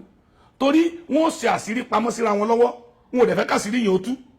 immediately tí Súrì ti bẹ̀rẹ̀ sí ní di second in command and pàdípàdé Oriyomi tẹ́gbọ́n bí tẹ́ bá ti Oriyomi yóò gọ́ ọmọ mọ́lẹ́gbẹ̀ẹ́ ni tí Oriyomi dẹ̀ jẹ́ kí lorúkọ ẹ̀ ọ̀tá fún Seyi Makinde because according to ti Seyi Makinde mi rò pé Seyi Makinde rò ní pé Oriyomi kọ́ ló yẹ kó dìde láì jẹ́ pé kì í ṣe true òun ló máa fi dìde pé Oriyomi bá tẹ̀ lóun fẹ́ ṣe gómìnà ó gbọ́dọ̀ jẹ́ true tòun ni kì í ṣe kó dá dúró bí fúnra rẹ̀ kó wá sọ pé òun wà ní the same level àbí kó ń ju òun lọ because Oriyomi is claiming pé òun popular ju Makinde lọ for today òun dẹ̀ rẹ́sẹ̀ rinlẹ̀ ju Makinde lọ and there is no politician tó fẹ́ kí lorúkọ ẹ̀ competition láàrin ara wọn many politician fẹ́ kẹ́lómi ó dìde lọ́dọ̀ àwọn àwẹ̀ tó ló kàn bá wà family yín kò fẹ́ kẹ́nìbọ̀dì onílárí mọ́ o kẹ́ ẹ máa gbà kẹ́ ẹ máa tọrọ lọ́dọ̀ ẹ̀ ni o kò fẹ́ kẹ́nìbọ̀dì so Súrì his case is a different thing Ọ̀yọ́ state government don't have any legal right to demolish ilé ẹ̀ èyí tí Edo state government tó ń demolish aráàlú support ẹ̀ nítorí pé it's either they attack to kidnapping drug kìíní kan arm something ìtàn ṣe tó hàn tí gbogbo ayé rí pé kan báyìí ni wọ́n ṣe ni tí àwọn agbófinró dẹ̀ mú wọn bí wọ́n bá ti máa wọlé Súrì ó yẹ kí wọ́n rí mú náà ó yẹ kàn declare wọ́n tẹ̀ kí wọ́n rí mú kí wọ́n establish pé commit abominable offence kan you can't just say you are looking for somebody today ó dẹ̀ pé caterpillar lọ́lẹ́ lọ́ọ́ kejì lọ́wọ́ and I don't think there is any power tó ní agbára lọ demolish ilé èèyàn láì jẹ́ pé ó ní legal backing Ọ̀yọ́ kí lorúkọ ẹ̀ Edo state governor kò kàn ní jí lọ́jọ́ kejì kó lọ demolish ilé wọ́n mú kidnapper wọ́n bá àwọn tán kidnap nínú ilé yẹn ibẹ̀ ni wọ́n ń lò ní la kidnapper yẹn lò wọ́n kó ammunition jáde bẹ́ẹ̀ wọ́n kó àwọn èèyàn tí wọ́n ti kidnap jáde bẹ́ẹ̀ wọ́n kó party wọ́n kó gbogbo ẹ̀ tó bá dìbò wọ́n rí shrine wọ́n rẹ́ everything bẹ́ẹ̀ wọ́n demolish oní moral justification because it's a threat to the community but the Súrì ò tí ní anything against the community I'm sorry I don't know Súrì but Ọ̀yọ́ state government akọ́lé ẹ̀ padà fún mi kò ní ìdìpọ́n lọ àwọn èèyàn náà ya dèdè rìn lọ́yọ̀ọ́ náà àwọn èèyàn ti mọ bá Makinde sọ̀rọ̀ pé tó ṣe yìí ó dàbí kéèsì kí lorúkọ ẹgbẹ́ yẹn Yínká Ayéfẹ́lẹ́ tí wọ́n lọ wó radio station ṣé wọn ò kọ́ radio station padà fún mi ẹ gbàgbé pé ibi position ti Ayéfẹ́lẹ́ wà but àwọn èèyàn ló lọ sọ gbọ́nà pé you overdo it ọ̀nà jẹ kéré kan jẹ ni àwọn náà mọ tó wà láàrin wọn gbà yẹn bẹ́ẹ̀ they will stop it ẹ ló sun ẹkún ta ni ó rí irú ilé yẹn tí wọ́n kódà ìjọba tẹ̀ tó nà lọ́wọ́ sábà tí ẹ bá kó mọ́tò ẹ̀ jáde wọ́n bá kó àwọn kankan jáde ńbẹ̀ ẹ wo wọ́n á kọ́lé ẹ̀ padà fún o. ẹ ṣeun gan-an bàbá ẹ má bínú pé mo tún fẹ́ padà lọ sórí ọ̀rọ̀ kidnapping yẹn nígbà tí fọ́nrán yẹn jáde tí ọ̀pọ̀lọpọ̀ àwọn èèyàn ń dunnú ọ̀pọ̀lọpọ̀ àwọn èèyàn tún sọ pé a ní láti gbóríyìn fún àwọn èèyàn tí wọ́n jáde tí wọ́n fi platform wọn tí wọ́n fi pariwo pé kí ìjọba kí wọ́n gbégbèsè báyìí kí wọ́n gbégbèsè àkọ́kọ́ ń bẹ̀ àrígbẹ́ nígbà tí World Cup yìí máa bẹ̀rẹ̀ àrí jákẹ́ẹ̀tì tí Davido wọ̀ nígbà tó lọ perform ní Amẹ́ríkà tó kọ gbogbo orúkọ àwọn ọmọ tí wọ́n jí gbé yìí tí wọ́n kọ tí wọ́n fi sára jákẹ́ẹ̀tì tó wọ̀ àkọ́kọ́ ń bẹ̀ àrí níbi tí Very Dark Man tó ti ṣe protest ní Ìbàdàn tó káàkiri tó pariwo àríbì kọ̀ọ̀kan náà tí Ṣòwòrẹ́ náà ti sọ̀rọ̀ nípa ọ̀rọ̀ kidnapping àti ọ̀pọ̀lọpọ̀ àwọn tó jẹ́ eléré orí ìtàgé ti Yorùbá tí wọ́n jáde tí wọ́n sọ̀rọ̀ tí wọ́n fi platform wọn tí wọ́n sọ̀rọ̀ ṣùgbọ́n ibi tí mò ń lọ gangan ni pé nígbà tí wọ́n rescue àwọn ọmọ yìí àwọn èèyàn ń pariwo ní pé kò yẹ kí Very Dark Man kó máa gbóríyìn fúnra ẹ̀ torí Very Dark Man jáde ó ní pé ìgbà tí òun jáde tóun ṣe protest ní ìlú Ọ̀yọ́ wọ́n dẹ̀ fi yí àwọn ní pé àwọn máa gbé ìgbésẹ̀ ní pé protest àwọn pẹ̀lú nǹkan kí Dagman tó jáde oníjọba ti gbé gbèsè. Let me tell you one thing ẹ máa ṣe mistake kan ṣẹ́rí every woman being náà tẹ̀sán yìí they want every available opportunity láti gbéra wọn ga they politicize everything protest yàtọ̀ fún àwọn teachers yẹn wọ́n ṣe justifiably because school ni wọ́n attack àwọn teachers tí wọ́n wà effective ó wọ̀ okay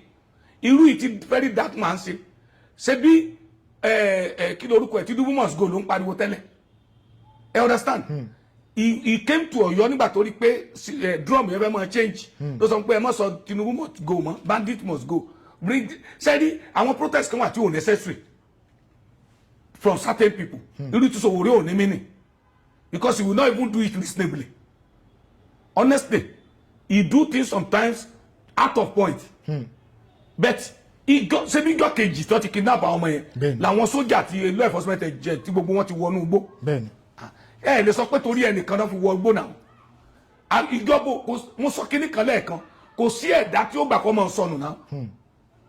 kò sí ẹni tó jó lórí ìlú either bad or kíní kan tí ó gbà kí aburú máa ṣẹlẹ̀ nílùú kò sí ẹni tó sọ pé nínú ìdùnmọ́sí kọ́ àwọn ọmọ yẹn wọ igbó náà so protest has nothing to do with it it's only it reminds them jeer them that jẹ́ kọ́ mọ̀ pé kíní yóò dùn mara àlù ẹ get me the one the teacher does is okay irú ìtí àwọn bóyá àwọn artist kan tẹ̀ náà gbé jáde tó ń ṣe ó wà okay but if it's not politicized it's a good protest but ó bá pẹ́ lórí belongs to party yìí àbínú wo òdùn sẹ́ńtì kíní yìí ìṣẹ̀lẹ̀ sí òun ni wọ́n fi ṣe protest yẹn you imagine what Seyi Makinde said pé president ò pé ta ló yẹ kó pé president. You see all these northern governors sometimes our Yorùbá máa ń rò pa agbọ́n ni if anything happen in their place they will run to the villa láti brief presidency pé ìtọ́sẹ̀lẹ̀ ni and they will be assisted immediately now ọmọ mi sọ pé orí fọ́ọ̀m àbọ̀ ọmọ sẹ́mi sọ pé ó rẹ̀ ó wá lé mi òpin pé kí ló ń ṣe o sọ́kọ́ ló máa bá mi pé kankan ṣe o the president the father of the nation ìwọ gọ́vnà ọmọ ló jẹ́ ìwọ ló máa lọ bá pé olórí ọ̀rọ̀ àwọn ọmọ mi ẹ dákun ààrẹ ràn mí lọ́wọ́ ṣé president Ọ̀yọ́ ni Tinubu ni tí ó fi jẹ́ pé ti Makinde ní òpè pé Makinde ń gbọ́ wọn náà jí ọmọ gbé lọ́dọ̀ ẹ̀ even tí ò bá jẹ́ pé ẹni tó ní àánú èèyàn is the responsibility of the government because òun náà ń gba security for titi ẹ̀ is the commander in chief of his area gbogbo àlẹ́ tó ṣe Kogi state governor so dúró de president kò tó máa rescue àwọn èèyàn ni I saw something tí local government chairman tó tẹ̀lé àwọn law enforcement agent wọn ní gbó tí wọ́n lọ rescue àwọn kidnappers àwọn tí wọ́n kidnap wọ́n mọ̀ ní wọn kó jáde so activeness àwọn èèyàn ó yàtọ̀ I'm not against protest but ìjọba ti gbé gbèsè ti wọn before anybody even start any protest ìjọba ò ní máa wò kó bàjẹ́ aṣáàdúpẹ́ ìwọ́n pé wọ́n ti jáde. ẹ ṣeun gan bàbá ẹ ṣe bàbá nínú ọ̀sẹ̀ tó kọjá yìí náà la tún rí fọ́nrán kan níbi tí Peter Obi tí wọ́n tún jáde ní pé ìjọba wa Tinubu wọ́n ní wọ́n ń frustrate àwọn ní pé kódà pẹ̀lú bó ṣe ń bá lọ yìí àwọn lè má wà láyé kó tó dìgbà tẹ́ máa ṣe ìdìbò tó ń bọ̀ lọ́nà ní year 2027 ní pé gbogbo ọ̀nà tí wọ́n rí wọn gbogbo agbára tí wọ́n lò ló ń lò lórí àwọn bàbá ṣé ẹ gbàgbọ́ pẹ̀lú nǹkan tí wọ́n ń sọ yìí. ẹ̀yin tẹ́ ń bí mi ẹ sọ kankan tíjọba ṣe fún tó fi frustrate ẹ̀yin atọ́kùnrin ẹ sọ pé nǹkan báyìí òun ni wọ́n ṣe fún now airport tó pariwo airport tó sọ̀rọ̀ ẹ̀ airport tó ní wọ́n ti ṣe kan fún wọn ṣe kan fún ní airport wọ́n ti gbé CCTV footage ẹ̀ jáde pé bẹ́ẹ̀ bá dé àwa náà sá lọ airport bá tiẹ̀ lọ lóyìnbó à ń lọ airport àwọn become bẹ́ẹ̀ ní airport pé you will drop somebody and you move. Exactly. Then even if you are not moving it's not even only the airport àwọn bìkan wà ní banks níbi kan tẹ́ pé tó bá park mọ́tò ò lè kúrò nínú mọ́tò yẹn ẹnìkan gbọ́dọ̀ wà nínú mọ́tò standby. Now wọ́n gbé ẹ wá kì í ṣe convoy ló gbé wá bẹ́ẹ̀ ẹ understand convoy kan ló gbé Peter Obi wá òun àti ọlọ́pàá kan tó wà ní àwọn èèyàn ò dẹ̀ rí pé Peter Obi ló sọ̀kalẹ̀ ńbẹ̀ he left the vehicle and went inside to the airport ó lọ ṣe kankan ọlọ́pàá tó tẹ̀lé náà fi mọ́tò ó lẹ̀ lọ àwọn èèyàn dẹ̀ ń wò pé mọ́tò yìí ó yẹ kẹ́nìkan wà nú ẹ̀ then nínú òfin ibẹ̀ yẹn ó tún yẹ kán fún èèyàn ní fáìnì ni ọlọ́pàá yẹn tó padà wá ó tún mú tó fẹ́ mú bẹ̀ ó tún padà lọ ń orí then the next thing they have to do ni pé n tó yẹ káwọn ṣe ni pé káwọn ó fi galagala ti mọ́tò yẹn láti ẹni tó ní bá dé àwọn ó lè mú ẹni yẹn yóò san fine which is normal talẹ́ni yìí tó san fine lọ́jọ́ yẹn tó ń pariwo gan there is one Nigeria náà tó ní wọn san fine ní airport tó park mọ́tò rẹ̀ tó san fine so n tí mo fẹ́ sọ ní honest ni pé is under the law ìkan tí wọ́n ṣe wọ́n dẹ̀ fún respect kò yẹ kó tiẹ̀ mú any press jáde torí immediately tọ́lọ́pàá lọ sọ pé wọ́n ti ṣe báyìí sí mọ́tò he called the airport authority pé mọ́tò tèmi ni o and they ordered the vehicle to be released without doing anything wọ́n say anything wọ́n ò ṣe wọn kọ́ fún wọ́n must come and pay they are frustrating you ká ní pé ó débẹ̀ wọ́n attack àbígbà tó pé airport ẹ understand wọ́n ò release mọ́tò yẹn kò rí mọ́tò yẹn gbé kúrò ńbẹ̀ ó ní láti fi káàbù àbí kankan kúrò ní airport yẹn good ania wọn ò respect personality yẹn let me tell you one thing P2B is a former governor he served with the federal government he served under kí lorúkọ Goodluck Jonathan government ó ti P2B ti ju ẹni tí ó ń gbé rẹ̀ sí level tó wà yẹn lọ even gan àwọn agbẹ́ta lórúkọ dé díẹ̀ ó láwọn ibì kan tẹ́ pé nírú ẹ̀ bá ṣẹlẹ̀ sí wa àwọn yóò pọn wa lé tó bá gbórúkọ wa pa wà ní I have to appreciate those people pé wọ́n ti ẹ̀ pọ́n mi lé what I expected of him is that at least wọ́n pọ́n òun lé gbà tó ń pè wọ́n di nísìmọ́ tó ń fò kò tí ì débi wọ́n tẹ́tì wọ́n fẹ́ pa tó bá pé ó ti lọ ṣe kankan bí kan tẹ́lẹ̀ tí wọ́n ti kọ́ fún pé kò ní pẹ́ kú kó sọ fúnra rẹ̀ because kò síbi tálágbára ń kọrùn bọ̀ ó yẹ ti dájọ́ fún pé jọba yìí ló máa kú ni bẹ́ẹ̀ mímọ̀ pé kò sí kú lójú ẹ̀ kò sẹ́ni tí ó kú nínú gbogbo wa. àmì àṣẹ Ọlọ́run ẹ ṣeun gan bàbá pẹ̀lú ọ̀pọ̀lọpọ̀ àwọn ọ̀rọ̀ tí ẹ ti wá bá a sọ yìí àwọn mi gẹ́gẹ́ bí orúkọ tí ẹ ní àti gẹ́gẹ́ bí pé a rí pé nígbà tí ẹ bá sọ̀rọ̀ a máa rí ọ̀pọ̀lọpọ̀ àwọn ènìyàn tó yẹ pé àwọn tẹ bá sọ̀rọ̀ ni pé ẹ jẹ́ kẹ́ ṣe báyìí kẹ́ ṣe báyìí kẹ́ ṣe báyìí a rí pé lẹ́yìn tí fọ́nrán yìí bá jáde tí wọ́n bá wò ọ̀pọ̀lọpọ̀ àwọn ẹni tẹ bá sọ fún yìí wọ́n máa ń gbé ìgbésẹ̀ àwa rí tó dà pé wọ́n máa ń gbóhùn yín dáadáa láṣẹ fẹ́ kẹ́ bá wa sọ̀rọ̀ yìí bàbá láàrin bíi oṣù tí a bẹ̀rẹ̀ yìí sí ti di wákàtí tí a wà yìí a ti ń rí àwọn nǹkan kan tí ó yẹ pé bí àwọn ọlọ́pàá kọ̀ọ̀kan ṣe máa ń ṣe lọ́nà bóyá tí wọ́n bá fẹ́ arrest ni a ti ń rí ọ̀pọ̀lọpọ̀ àwọn èèyàn dẹ̀ ń fi fọ́nrán oríṣiríṣi wọ́n fi ń jáde bàbá dìwé bí àwọn ọlọ́pàá bí wọ́n ṣe ń harass aráàlú ó jẹ́ ohun tó yẹ pé yes ó bà nǹkan jẹ́ kò ń ṣe gbogbo wọn à ń rí àwọn kan tó yẹ pé wọ́n ṣe kínní pẹ̀lú pé àwọn wà professional a máa rí àwọn kan náà tó yẹ pé wọ́n ń wà díẹ̀ káàtó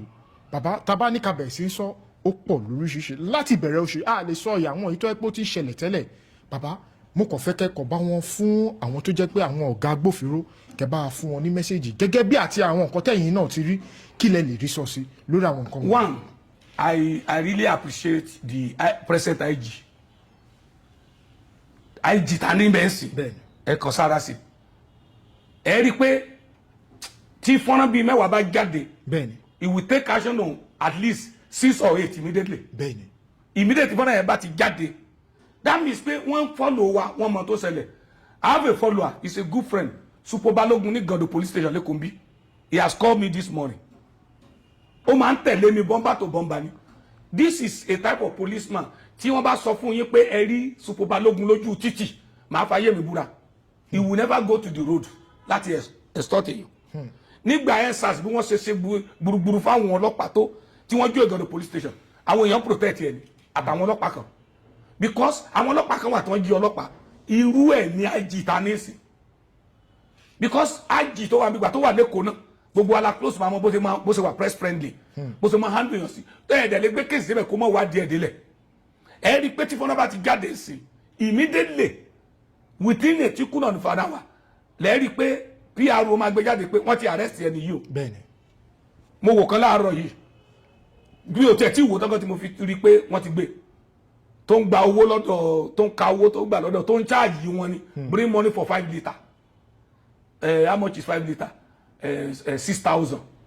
one price ẹ̀ dé 3,000 àwọn náà ń lọ sòkú àwọn sẹ́ńbọ̀ ni owó tuntun táwọn pa ń bí òkú gan tó kú 2,000 lọ́wọ́ wọn ni wọ́n kà fún tó dẹ̀ ń kà under camera tí ó mọ̀ pé wọ́n fídíò ṣe rí technology ti débi kan débi pé fóònù ẹ o lè set ẹ sí camera mode tó yẹ pé fóònù ẹ ò dẹ̀ ní display pé òun record yẹn kò dẹ̀ ní taka ó dẹ̀ máa clear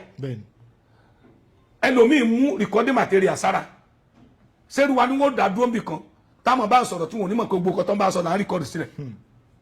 If you call me I will record your voice bá ti rí pé ó ti ń di nǹkan kan nítorí ọjọ́ ọ̀la. But mo tún wá fẹ́ advice kì í ṣe IG òní problem wa ń gbà mí, kì í ṣe area commander ní problem wa ń gbà mí, even kan kì í ṣe DPO mi ní problem wa. Àwọn DPO kan wà tó le o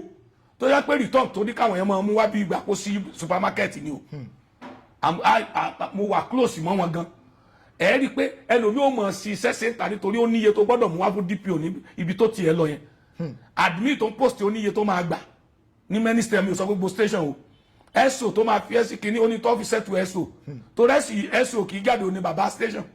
ó dẹ̀ máa náwó owó gbọ́dọ̀ wá. So most of the time DPO mi ń fa torí tó bá ti wà greedy tó like owó ju ẹ̀mí ara ẹ lọ ní most of the time pé ẹnu ọ̀pọ̀ jẹ́ ọlọ́pàá nítorí owó tí ó fi máa dájọ́ lójoojúmọ́ owó tí ó fi máa takú tó mọ́ daily money ni wọ́n bìí pé wọ́n máa rí níbi iṣẹ́ ọlọ́pàá wọ́n ti calculate ara pé ẹlòmíì ń wọ́ọ̀kì ara ẹ̀ pé kí wọ́n fi sí patrol ẹlòmíì wọ́ọ̀kì ara ẹ̀ tí ó ti ro ẹlòmíì dẹ̀ wà ní ọlọ́pàá sọ pé àdìmí ló máa wà ó ní ṣiṣẹ́ ìta kọ́lọ́n kó bless o bẹ́ẹ̀ tí gbogbo àwọn olórí yẹn ní kẹ̀kẹ́ ká bá sọ̀rọ̀ máa sọ fáwọn èèyàn when you have problem when policeman stop you on the road bó o máa jí má gbé fóònù kó fẹ́ pé èèyàn ó lè gbà fóònù ẹ̀ lọ́wọ́ kó súnmọ́ àṣẹ mọ́lẹ̀ bó o bá dé station sọ́ọ̀rì ni wọ́n á ní kó sọ fún ẹ bó o bá gbẹ́ ẹ létí I'm telling you honestly tábà lọ security ni wọ́n máa sọ fún wa pé don't argue with them follow them to the station má bá anybody sọ̀rọ̀ wá ẹnìkan tó ní star kan méjì sókè béèrè DPO DCO DTO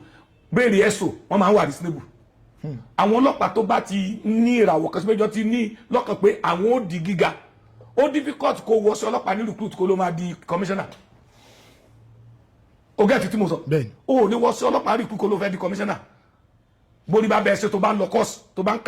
kàwé láàrin ẹ̀ o understand bẹ́ẹ̀ pé wọ́n sí ọlọ́pàá recruit kó ló máa di commissioner bá náà fẹ́ promote ẹ̀ pátápátá bóyá di ASP kó fi retire fún ASP wàá yan ọlọ́run pé o kúrò ní ASP irú ẹni yẹn ò ro future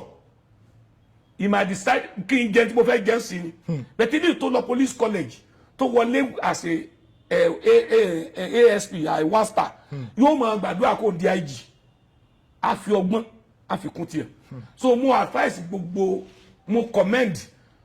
ẹ̀yin commissioners AIG IG ẹ̀yin area commander bí ẹ ṣe ń gbé ìgbésẹ̀ tó yẹ pé bẹ́ẹ̀ ṣe ń rí fọ́nà yẹn lẹ̀ heart bẹ́ẹ̀ ọlọ́pàá kò tí ì gbọ́n náà ṣe bá rí kan tó ní mọ́ríkọ́dù mi tó na àwọn yẹn ṣe bọ́ gbé náà èyí tó ní pé ẹni bọ̀ mọ́ríkọ́dù ó pàṣẹ bí wọ́n gbé tó sọ public apology so the people at the top they are trying but àwọn kanda kan bẹ nínú rẹ̀ sọ pé to check them is not very easy but it's now our own duty káà náà máa wá wo opportunity pé a ti lè record wọ́n ṣe káà náà máa misbehave ṣe bí ṣètò ọlọ́pàá lẹ́sọ̀ ni sẹ́ẹ̀rì ti bọ́ ìtọ́jọ́ bẹ́ẹ̀tì tó na àwọn lady police kan ní ìjẹta ó ná wọn bí ẹni na bèbí ni àwọn obìnrin tó ń control traffic torí pé wọ́n dá dúró tó ní òun kanjú lọ bìkan ó dẹ̀ sọ̀kalẹ̀ ó dẹ̀ bẹ̀ sí nínà wọn tó bá gbèrú yẹn sì wọ́n sọ another thing àti abuse social media gan débi kan débi pé àwọn kan tí yóò yẹ ká sọ tí yóò yẹ ká sí gan máa ṣe but I believe with the way the IG is doing it this thing will be reduced. Wow, ẹ ṣeun gan bàbá gẹ́gẹ́ bí nǹkan tẹ́ sọ pé a ti abuse social media àwọn nǹkan tó yẹ ká sọ òun là ń sọ ń bẹ̀ bàbá ṣe wá lérò pé DJ Chicken gẹ́gẹ́ bí nǹkan tó sọ sí Seyi Tinubu tó sọ fún pé tí President Bola Ahmed bá wọlé ní 2027 as Nigerian president ní pé òun á pa Seyi Tinubu bàbá gẹ́gẹ́ bẹ́ẹ̀ ṣe sọ pé a ti abuse ẹ̀ ọ̀rọ̀ tó sọ yìí ṣé cruise lè máa kà sí bẹ́ẹ̀ ṣe rí àbí ó mọ̀. DJ Chicken is stupid chicken ni lóòótọ́ ṣé ìyá lè sọ pé ó pa ẹ̀kọ́ fojú rere wo ni threat to life ni now ẹ gbàgbé èèyàn tí Seyi Tinubu jẹ́ èèyàn wo interview mi lórí Kwan1 ó dẹ̀ send message sí mi pé anywhere tí mo bá ti rí mi ò safe o mo dẹ̀ mú nọ́mbẹ̀ mo pè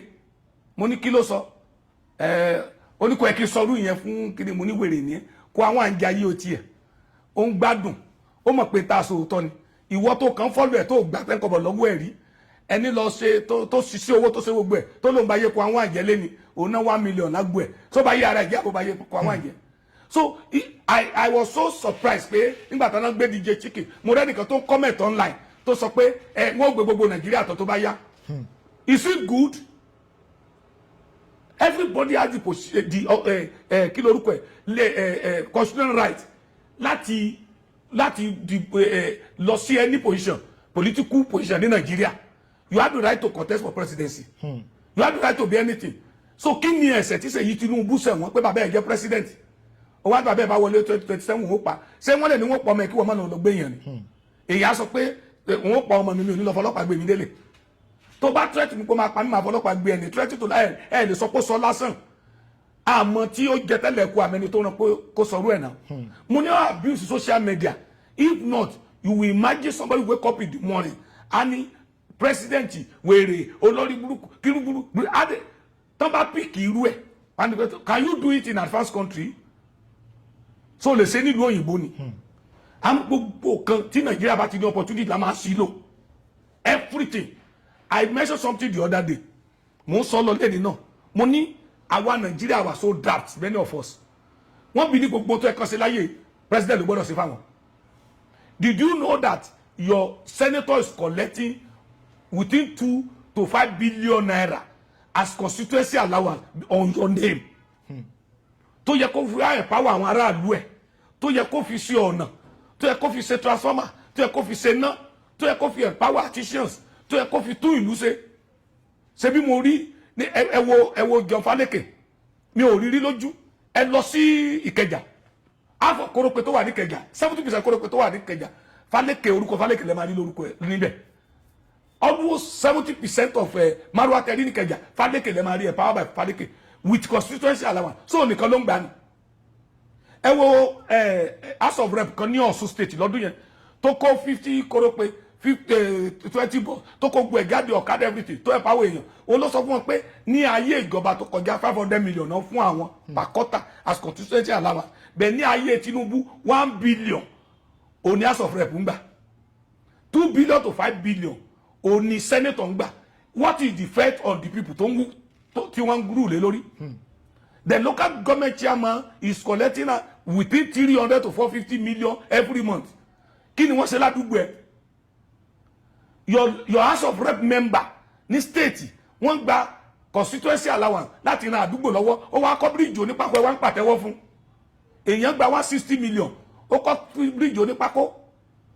ó ṣe báwo 250,000 ẹ̀ ń pàtẹ́wọ́ fún. Then you now go and give him chieftaincy title àtúlùṣe. Àbábàdú jẹ́ bí ẹ kó fi ṣe. We have the power now of the social media. Ó yẹ ká fi àtáàkì àwọn tó yẹ ká àtáàkì ni.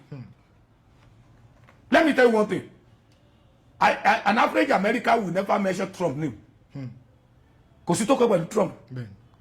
Ẹni tó kàn ó ní kí lorúkọ ẹ̀ ti ń jẹ́ mayor àdúgbò wọn. Toró ti bìlí pé Trump ti ṣe tó yẹ kó ṣe fún mayor. Mayor ní problem òun ló yẹ kó bá sọ̀rọ̀. Many people kò mọ kásẹ̀ lọ ẹ̀ o. Ọ̀pọ̀ ọmọ kò mórúkọ local government chairman kò tiẹ̀ rírí. Are you getting me? But the only person tí wọ́n rántí láyé ó ní Tinubu bó bá sọ̀rọ̀ sí ìyàwó ẹ̀gàn tí ó gbà fún ẹ Tinubu ní òjò gbà. So wà á ti sí social media digo chicken àkílẹ̀ pé ẹjọ́ mọ̀ chicken ara rẹ̀ kẹ́lòmí náà fi sàríkọ́gbọ́n is not the best. Ẹ jẹ́ ká respect ẹ̀ tó bá yẹ ká respect. Ẹ ṣeun gan bàbá láti parí gbogbo ohun tí a ti ń sọ ó ní ìṣẹ̀lẹ̀ kan tó ṣẹlẹ̀ nínú ọ̀sẹ̀ tó kọjá yìí tá a rí Laarin pẹ̀lú bouncer ẹ̀ tí wọ́n ní ìjàmbá ọkọ̀ tó yẹ pé bí ìjàmbá ọkọ̀ náà ṣe ṣẹlẹ̀ bouncer ẹ̀ dolóògbé lẹ́sẹ̀kẹsẹ̀ kí Ọlọ́run ọba kó bá wọn àtàwọn sẹ́fẹ́fẹ́ rí àwọn tó fi sílẹ̀ kí àwọn náà má kúkú ọwọ́wọ́ kíkú náà má di ikú ọwọ́wọ́ fún gbogbo ẹnikẹ́ni nínú wa bàbá ṣùgbọ́n nígbà tí ìṣẹ̀lẹ̀ yẹn ṣẹlẹ̀ a rí oríṣiríṣi comment àwọn èèyàn tí ọ̀pọ̀lọpọ̀ àwọn èèyàn ń dunnú ní pé bí Laarin yẹn bó ṣe ní accident yẹn kó má ṣe kí ni kó má padà wá mọ́ pé ibẹ̀ ni kó má gbà lọ a rí oríṣiríṣi tó àwọn èèyàn sọ ṣùgbọ́n ìbéèrè mi sí ni pé bàbá ǹjẹ́ bí èèyàn bá ti ẹ̀ṣẹ̀ gẹ́gẹ́ bí àwọn ọ̀pọ̀lọpọ̀ àwọn èèyàn ṣe sọ mí sọ pé wọ́n ṣẹ̀. Nídìí àti fọ̀rọ̀ ẹ̀gùn olórí burúkú ló fi kú yọ ọ̀yàn you don't wish your partner to die. Bíbélì náà sọ pé a kò fẹ́ ikú ẹlẹ́ṣẹ̀ bí kò ṣe kóró onípìwàdà you sure Laarin ti ẹ̀ṣẹ̀ ṣe bí tí wọ́n sọ ni it's not established anybody tó bá wish ikú fẹ́ lómi kì í ṣe èèyàn tó dá ẹ má jà fi kú iyọ̀ wa it's not an important issue tó yẹ ká discuss. bàbá kí n tó yọ̀ǹda yín pátápátá gẹ́gẹ́ bí nǹkan tí ẹ ṣàlàyé fún wa ni pé ọ̀la ojúmọ́ tó máa mọ́ wa lọ́la July 12 òun lọ́jọ́ òbí tí mo dẹ̀ mọ̀ pé gbogbo àwọn èèyàn tí wọ́n ń bẹ nílé àgàgà àwọn olólùfẹ́ yín tó yẹ pé wọn ò lórí ọ̀fẹ́ láti ta yín lọ́rẹ ṣùgbọ́n mo mọ̀ pé eléyìí á jẹ́ opportunity fún wọn láti ṣọwọ́ kúdúrú bàbá máa fẹ́ kí ẹ bá wa pé account number yín kí ẹ bá wa pé lẹ́kùnrẹ́rẹ́. mo tiẹ̀ lálàá pé mo ya fọ́tò pẹ̀lú fẹ́sà funfun lánàá mo ní bàbá sọ fẹ́sà yẹn kọ́kọ́ lẹ́fẹ́ àwọn bóyá àwọn olólùfẹ́ mi kan ló fẹ́ sọ pé ọba o àsìkò tó kógun fẹ́sà báyìí July 12 ní birthday mi mo sì mọ̀ pé